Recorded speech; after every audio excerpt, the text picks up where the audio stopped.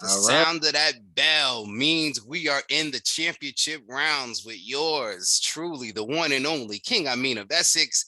I'm here, as I always try to do, bringing you something different to the table.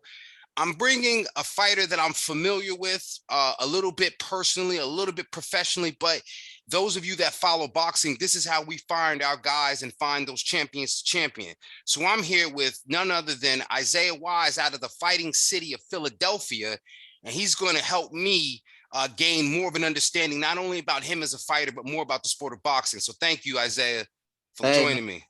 Thank you. I appreciate it. So I'm just want to I introduced you as coming from the fighting city of Philadelphia. Philly is one of them few cities. In the UK, it's a little bit more like that. But in the United States, other than Vegas, I can't imagine fighting cities. No city in America has a reputation for a fighting city like Philadelphia. So tell us, of all the because Philly has artists too, rappers, athletes of all other sports. Tell us how boxing found you, or you found boxing in Philly. I would say boxing found me. So my little background story is I was a football, baseball player growing up. Always into the little league, playing Moss AAA or the Moss AA, Frankfurt Boys Club, like just coming up through it. I thought I was gonna be a football player coming up. That was my thing. My dad, on the other hand, seeing I was getting into a lot of street fights, a lot of trouble in school, especially like the beginning of high school, my 9th grade year. That's when everything kind of hit me. Like, I'm a young adult, teenager. My dad said, you know what?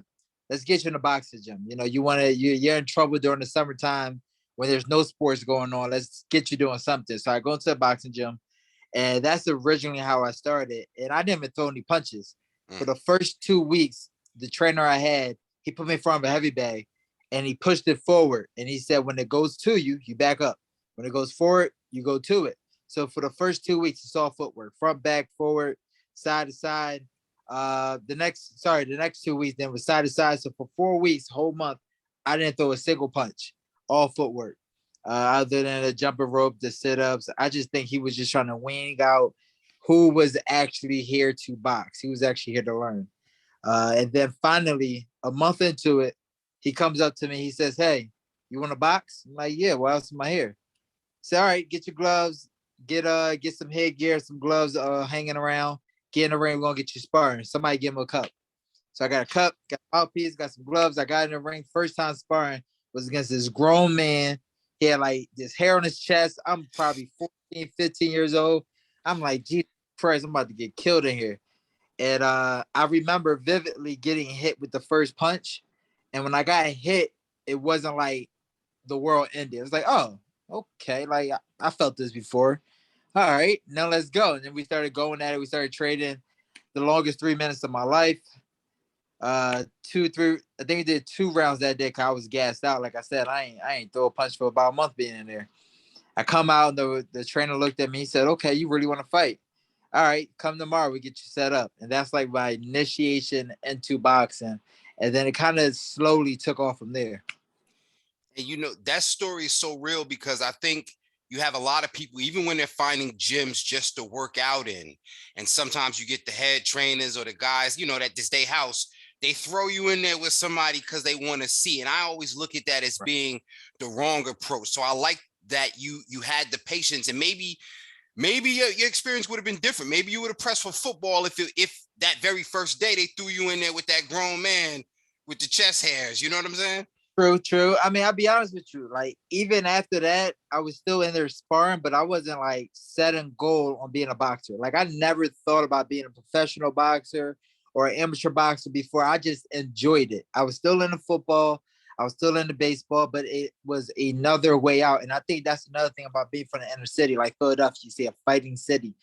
But we also got like a lot of different artists and a lot of different athletes and, fashion designers and all types of different type of entertainment, because we come from a city that you want to not necessarily get out of, but you want to make it out of poverty. You know what I mean? You want to provide for your family. You want, the glitz and the glamour a little bit, but most likely you want comfort. So, comfort in the city, I wanted comfort in a sense. I wanted to, in a sense, not get out and escape, but I wanted to see what was else out there. So I thought football and baseball was going to be it. Luckily, I stayed in the sport of boxing to the point where I couldn't play sports anymore because I wanted to get in trouble in high school. I went off to college, and instead of walking onto the baseball team trying out for them, I seen a boxing club photo, right? So I said, all right, I'll check this gym out. I go there. The guy said glove up. I went up training. I missed the tryouts, the walk on. I was like, you know what? Forget it. I'll just do this. Next thing you know, I'm having an amateur fight. Next thing you know, I'm over at regionals. Then I'm at nationals. Then I come home. I want to take a time off. Then I go back to the gym just to work out, get in shape. You know, I gained some weight. You're pretty good. You should get a fight. I start getting an amateur fight, 2 amateur fights. Then I have a kid. Then my coach says, all right, don't give up yet. Let's see if we can turn pro. We did the Olympic trials. We made it. We did the regionals, lost, came out. I turned pro. I had my first fight, second fight, third fight, fourth fight. Next thing you know, I wanted to get signed by my first promoter. Now I'm 5, 6 years, going to my 6th year into it. Like, being a pro boxer was never the dream, the ultimate goal. I think my dream, my ultimate goal was to push myself and to find something challenging. Football was challenging. Baseball was challenging. Boxing was definitely challenging, and it still is. And it's one of those sports, no matter how good you get, there's always something new, and there's always something coming after you, meaning another opponent. Someone's looking after you, trying to get you. So there's never a height of all heights, because it's always another mountain to climb. I think something I heard within that, Zay, I heard that a true warrior seeks humility.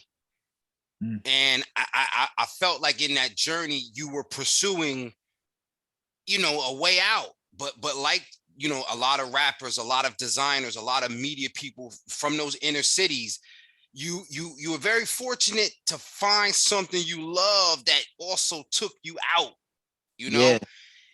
And that's the story. And so for somebody like me that loves boxing, it's resiliency.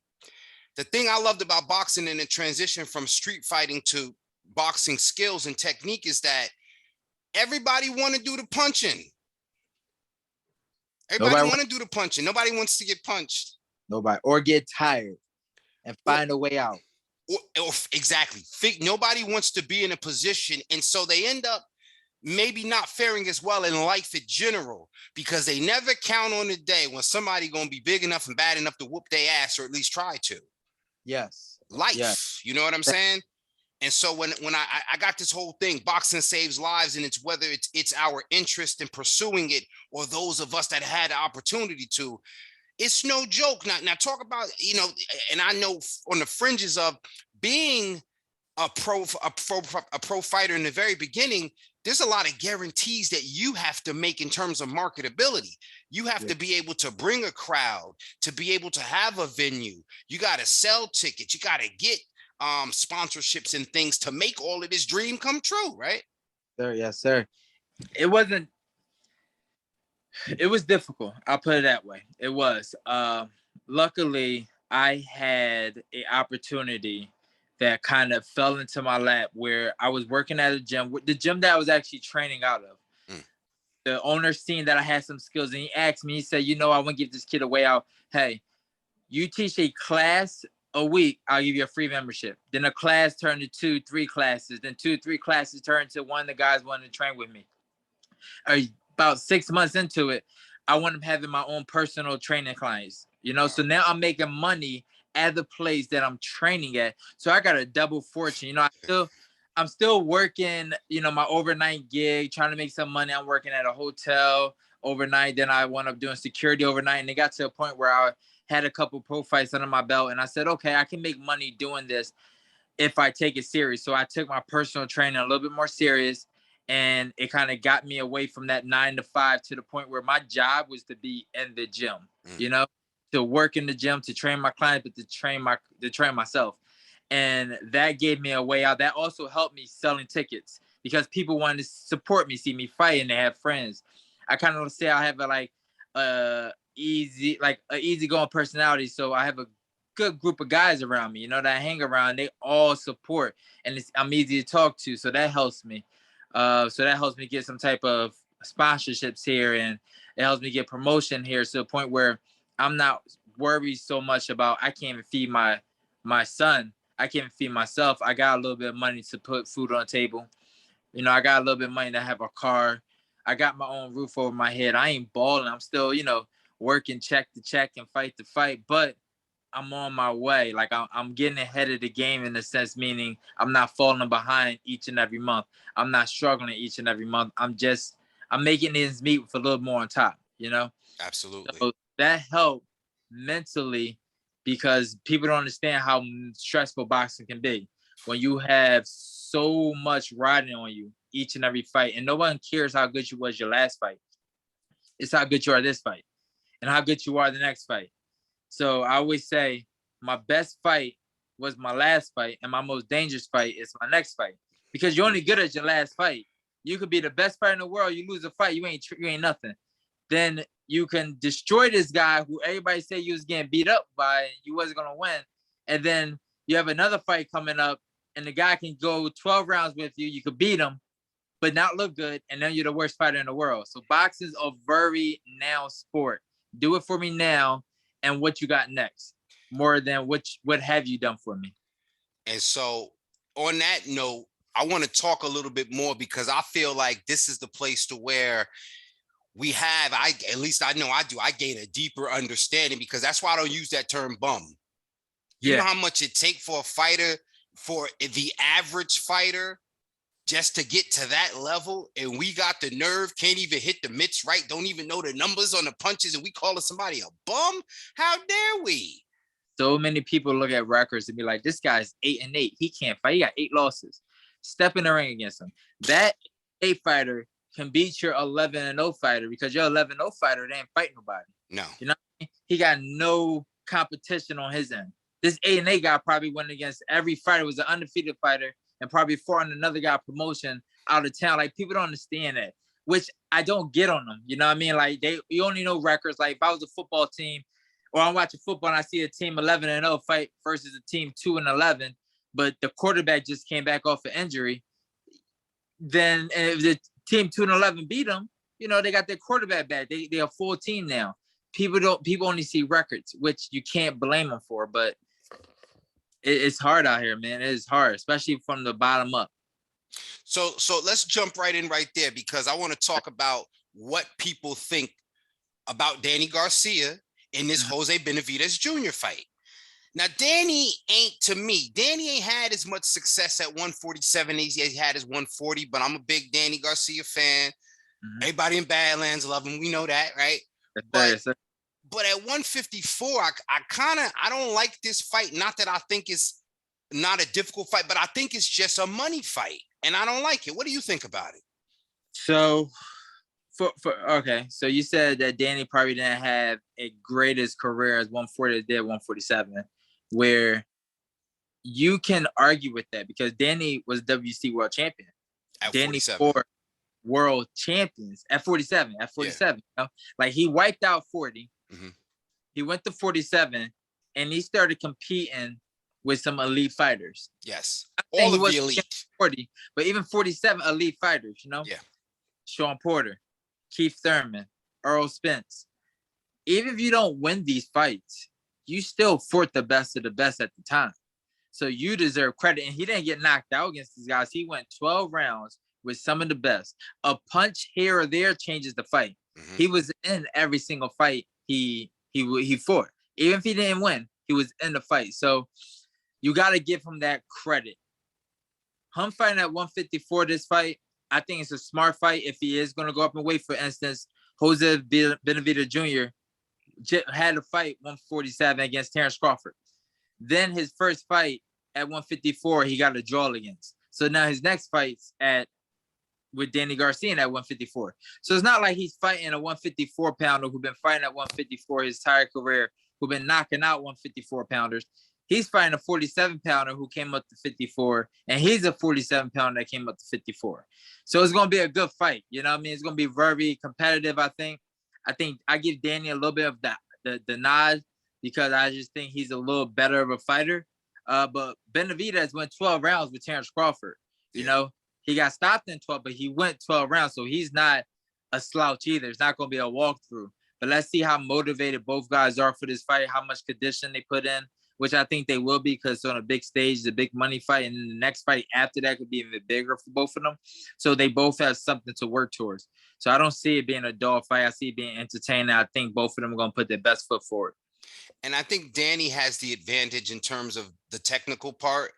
The timing, I'm not sure if he's going to be looking for the power. I think going up to 154 for him is a thing of comfort in his body. So I don't think where we kind of put that Danny with the left hook at 47, I don't think he's going to be looking for that. But I think he'll be more comfortable having the timing of his infamous or famous left hook because he'll be more comfortable not sucking his body down. Whereas Benavidez, I think that he'll have that same comfort, but I'm just a little bit concerned about the knee because I think that was his challenge in the Crawford fight. It was the knee. Right.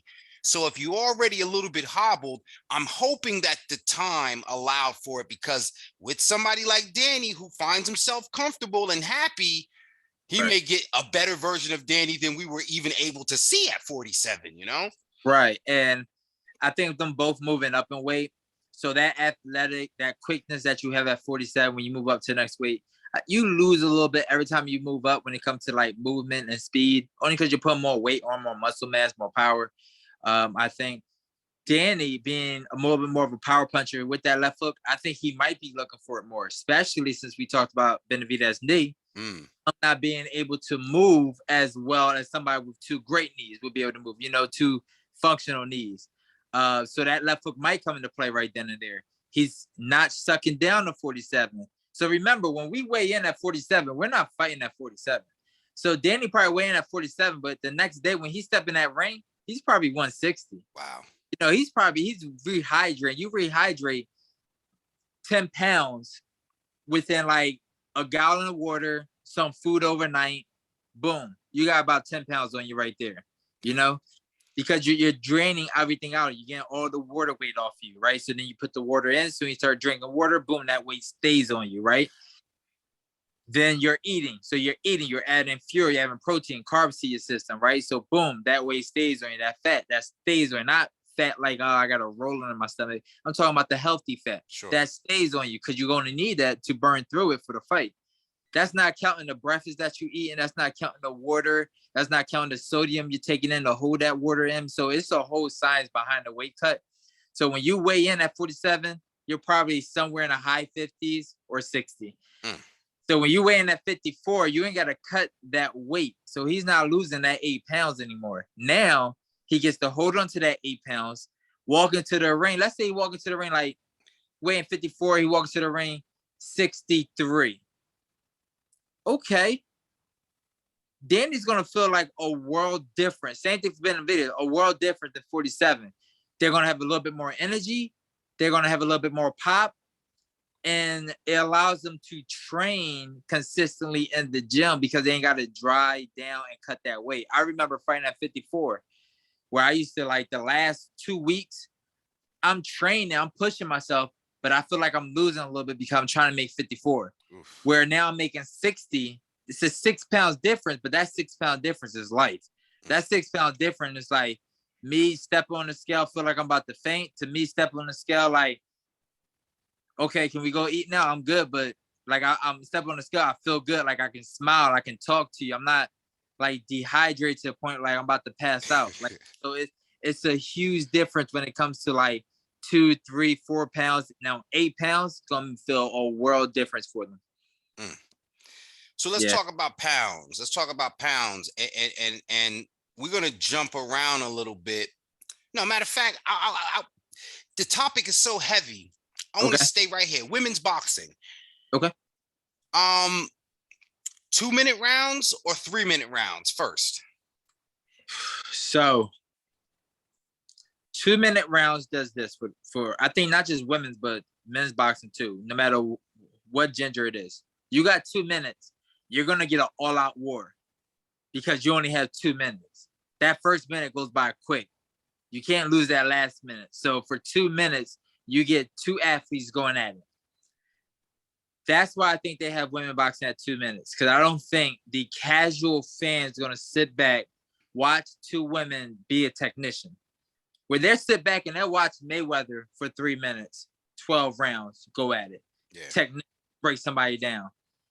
they'll sit back and watch, you know, a Klitschko, a heavyweight, be boring with that jab for 3 minutes, and then hit the big right hand, boom, knockout. They'll do that.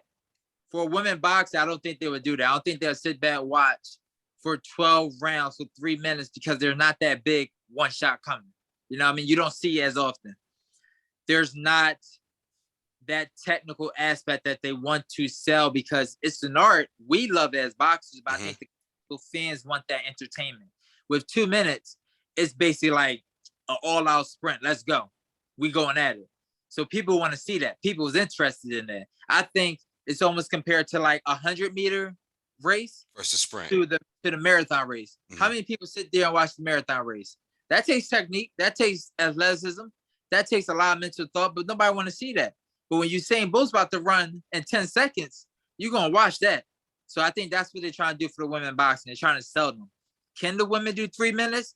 Hell yeah. How do I know that? I've sparred professional women for 3 minutes. I've seen them spar for 3 minutes, even though they fight for 2. But do the casual fan want to see that? Sadly, no. So that's why I think they don't do the 3, they do the 2. But I mean, if they did do the 3, those women's going to go all out. Like women can box, regardless of what you think. Get in the ring with them and you'll find out yourself. So we're going to find out, because I was confused, but I'm excited. This is going to be a double header. They got Savannah Marshall, Claressa Shields, and then as the co-main or the co-feature, you got Mikaela Mayer and Alycia Baumgardner. Yep. Your thoughts? I have yet seen someone like really give Miss Shields, the GOAT, a fight or run for her money to a point where she had to dig down so deep and pull it out.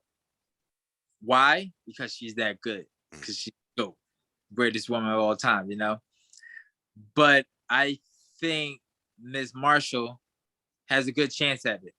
I think if this girl comes out and she fights like I'm fighting the best of all time and she puts the best effort forward, she has a good chance of pushing Shields to find out if she can get, if we're going to see the best out of her, like she going to get to the point where like she bites down that mouthpiece and she got to edge one out, or if Shields just going to do what Shields does and just dominate round after round, breaking her opponent down to the point they're just trying to survive. So we'll see. I hope Marshall could do it because I want to see the best of Shields come out, and that's only going to bring the best of Marshall out. Yeah. If Marshall could push it to that point, that just shows how good Marshall is. And if Marshall get her to that point, I'm pretty sure she's not going to give up. She's going to keep pushing because she's going to have a chance. And if Shields get to that point, then we're just going to see the greatness of Shields even shine even more. And let's see who comes out on top. That's what I'm asking for. I just want to see an all-out great event in that fight. As for the Alycia Baumgardner and Mikaela, I seen Mikaela. I met her once out in Terrence Crawford camp in Colorado Springs. And I would tell you, like, she is terrific. She works extremely hard. She's such a nice person. She's a great, great athlete. And I really like her coach. I believe it's Al Mitchell. Yep. He's been like 20 years on the USA boxing program. So like he knows how to coach. He know how to coach, put it that way. He's a great guy. I remember talking to him. He's very obviously educated. He got more years in boxing than I've been alive. So that shows you right there. So that's going to be a very interesting fight because they're so technical to the point to the T, to every I is dotted, every T is crossed. Where Alycia Baumgardner, she's ready to fight. Like I seen a couple of her fights and she'll throw down with you, she'll trade with you. She's trying to see, she'll bring the dog out of you because she's a dog herself in a sense. Like she's ready to bite down that mouthpiece and go in. And that's going to be a great fight because it's going to be a style match and a chess match to a point. Alyssa's going to try to box. She's a longer fighter, staying outside, but she's also going to bite down and give it to the girl because she can fight. And Baumgardner is going to do the same thing. I believe I'm saying her name right. Baumgardner? Okay. She's going to do the same thing where she's going to box enough to make Alyssa fight her. Sorry, to make Mikaela fight her. And then the dog's going to come out again. And then we're going to see at the end of it who's going to come out on top. So we got two great matchups, two women boxing. I hope, or two women matches. I hope everyone tune in. The box community is definitely going to tune in. You hear them talk about in the gym. And I hope the casual fan tune in because you're going to see good action. Like I said before, they only go in 2 minutes. So they're going all out. Like they only have 2 minutes to go each round. Don't blink. So it's not be too much of a layover of a, let me stand here and take this angle and let me think. That technician that a lot of casual fans don't like. So it's going to be very interesting. And I'm glad to see that the women, you know, I'm not pandering, but I'm glad to see that the women are getting that type of shine because I think we've waited for like the Crawford Spence thing and when it's, you know, if Thurman gonna fight Boots, Thurman gonna fight Boots. No, I know that's not gonna happen. Oh. I would love for it to happen, but I know that Thurman, you know, he's looking in another direction. But man, that would be great for him to pass that legacy down to the young lion. But yeah, that would be amazing, but it's not going to happen because Boots is the talent everybody say he is. You know, like in the ring with him, you know, being around him, seeing him, like you see the guy put the work in. It's not like he's like this athletic, super skilled kid who just goes in the gym and just shows out. No, he's this athletic, super skilled kid or young man now, young man who is who he is because he puts the work in, you know? Like the work that he puts in, the way he's dedicated to the gym is the reason why he's so good. More than he just have all the ability, he uses it, but it's not like he works hard. Nah, complete opposite. Complete opposite. His work ethic is almost, I say, better than his skill. And you see how skillful he is on TV, right? That says it all. And I know that Boots is patiently waiting. He went through Castillo Clayton. That welterweight division is probably my favorite division in boxing, but slowly 130 is taking it over. You know, 130, okay. 135. Right. Because you got Shakur, you know, you have Devin Haney, and you have these guys that they remind you of when the Durans, the Leonards, and the Haglers, when they were coming up trying to start at 135 and work their way all the way up. So it's cool to see so many young guys. Tank, you know, all these young guys are being mentioned in that light. But even smaller than that, I just want to ask you, are you familiar with what's his young? He's fighting this weekend, Mark Maxayo. I think they featherweight, are they? I think so. Yeah, 120 or 122, 125. Yeah, 120. What was it? 126, I think. 120. Like, small guys, real small guys. Yeah, real small. I see him fight Gary Russell. Yes. Before Gary Russell, he beat him. Gary Russell was hurt that fight. Still can't take away from the kid. The kid won. Gary Russell was fighting. Kid won though. So I'm interested in seeing this fight because I think it's the first time both of these guys fight an elite, well, the next level fight of world, like one champion against another undefeated guy who wants the title, who's good, who's really good. And no injuries are involved, hopefully, for this fight. They're both healthy. And they're both going for it because their name's not big enough to the point where they made it. They made millions of dollars. Now they're just fighting for the money. These guys are fighting for the status to be the best, especially to be the world champion in the division. So I think it's going to be an all-out fight because of that reason. Neither one of them has a big name to the point we say their name. We like, oh, that guy's the guy. But if they beat each other, then they become the next guy. So I think that's what they're doing. I'm excited for it. It's going to be an entertaining fight because I just think both of these guys, especially at the young, small divisions, they throw punches like no other. Yeah. Like go. So again, you're a casual fan. You're going to like this fight because it's going to be nothing but action-packed entertainment. So I'm excited for it. Let me ask you this one before we get up out of here. Tank Davis, because he's one of the guys in the 130, 135 I mentioned. Where does he go next? There's talks about Michelle Rivera, who is, you know, he's got the whole Ali shtick going with the short flat top and everything, the white trunks. And I'm not saying that disparagingly. I'm just saying it's easy to attach your legacy to one of the greats, but you should want to establish it. And I know he feel that way. I mean, what do you think about this opponent for Tank, or perhaps another perspective, not better, but another perspective opponent for Tank? We're not going to be satisfied with Tank opponent until he fights one of the Ryan Garcias, the Kimbosa, even though he lost, the Devin Haney's, the names per se. He fights the names that we know. We're not going to be satisfied with it. But like I tell everybody, we shouldn't be satisfied with none of these fighters fighting anybody else other than each other for the simple fact, everyone that Tank has fought, if Haney or one of these other guys would have fought them, they would have been favored. And everyone that Haney's and the Garcias have fought, if Tank would have fought, Tank would have been favored. So they all won because they're all undefeated. So what exactly is the point of saying this guy didn't fight nobody, this guy didn't fight nobody? How about you guys fight each other? And then we can say who's the best or who's better than the next. Because you're all good. Y'all on the cusp of greatness. You know what I mean? They all got the skills. They all at that level. They got marketing behind them. They can all fight their ass off. But let's fight the names, people we know. And then let all these other guys that you're fighting build a name for themselves, fighting each other, and then they become a name. But, you know, the politics is money behind it. It's how you can market yourself and how you can make this fight bigger and better, and why fight all the top guys when all the top guys can fight themselves and you can just fight one of them and say you the best. It's a whole political thing that I think that a lot of people are tired of in the boxing sport. But as for Tank, I mean, Tank's one of the best out there. He shows you each and every fight. The guy got dominant power on both hands. He got skills. He could beat you if you're bigger than him because he fought the last guy. What was his name? Mario Barrios.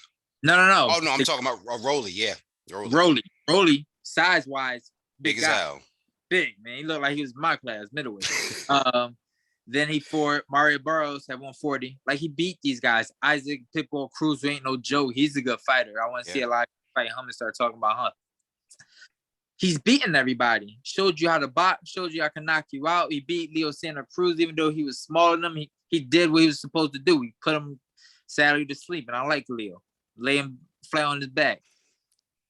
Tank's one of the best out there.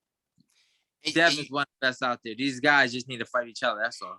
And to your point, and I think we said this in the beginning, you know, it's obviously about the money, but a warrior seeks humility. But so if you say to yourself, I think I'm better than you, right? Let's fight. And then whoever wins, you still go on, and I still feel good about being tested against the best. And visually, they all want that. Yeah. But the promoter, the business people behind them, the people who run the networks, the people who run pay-per-view and all these, and the money behind it don't make sense that way. Because there's always going to be another Tank, another Ryan, another this, another that. They don't care. Tank and Ryan and Devin and Shakur, they all care about their legacy. But the business part of it's like, there's always going to be another one. So why don't I just get the most money and we make the most money out of each other? Like, if I know you and Devin's going to fight and people still going to be talking about it, I can have you fight this guy, this guy, this guy, this guy, and have them wait, like they did with the Terrence and Spence. Make as much money as possible, make the big fight, sell it. In the meantime, I'm building all these other guys coming up. So when y'all done or one of y'all fall off, I got another corporate guys and another corporate guy. It's like a whole routine. It's like a Ferris wheel. As you get to the top, when you start falling off, someone's at the bottom coming back up. It's just over and over again. So routine is over rotation. Lomo, Tio, Cambosis, Haney, right? You throw Richard Comey in the mix, Nakatani in the mix.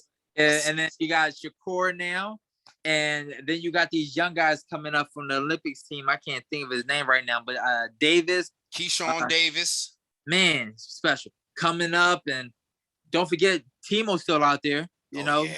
He's still out there. He's at 140 now, but he's still. So it's always a whole routine. And who knows if Fulton, you know what I mean, from Philly, he might move up to 30. I mean, he's at 30, right? No. Cool Boy is at 118? No, 120 something. Sorry. Featherweight, I think. So when he moves up, or super featherweight, he'll move up, boom. Then he'll be ready because what he calls that 118, is it Indigo? Yeah, in a way is at 118. Yeah. Steph is, you're right. So Steph is there, then he might move up. So like these guys are just steady moving up. And you know, the smaller weight class, you could do that. You could move up. And those guys go from like 120 something to like 130 to 147.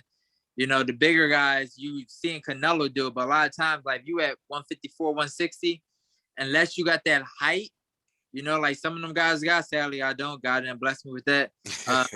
It's hard to fight guys at 175, you know, 168 when they walking around, you know, 6'2", 6'3" with those long arms. Like, you know, a guy like me, 5'9", I'm not getting in. That's not happening. So I'm gonna stay in my 160 range and make home. We'll talk about home, man. I'm gonna bring it home with just being gracious enough to thank you for sharing your time with me. Let the people know where they can find you on social media, and also if they're in the Philadelphia area, let them know where they can reach out to you or find you. Oh, thank you, man. It's been my pleasure. It's been an honor. And you can find me, Isaiah Wise. I'm on Instagram at Isaiah Wise _215. You can find me in the city. I'm everywhere where I'm in South Philly down 17th and Washington, or 17th and Fitzwater at Mary Anderson.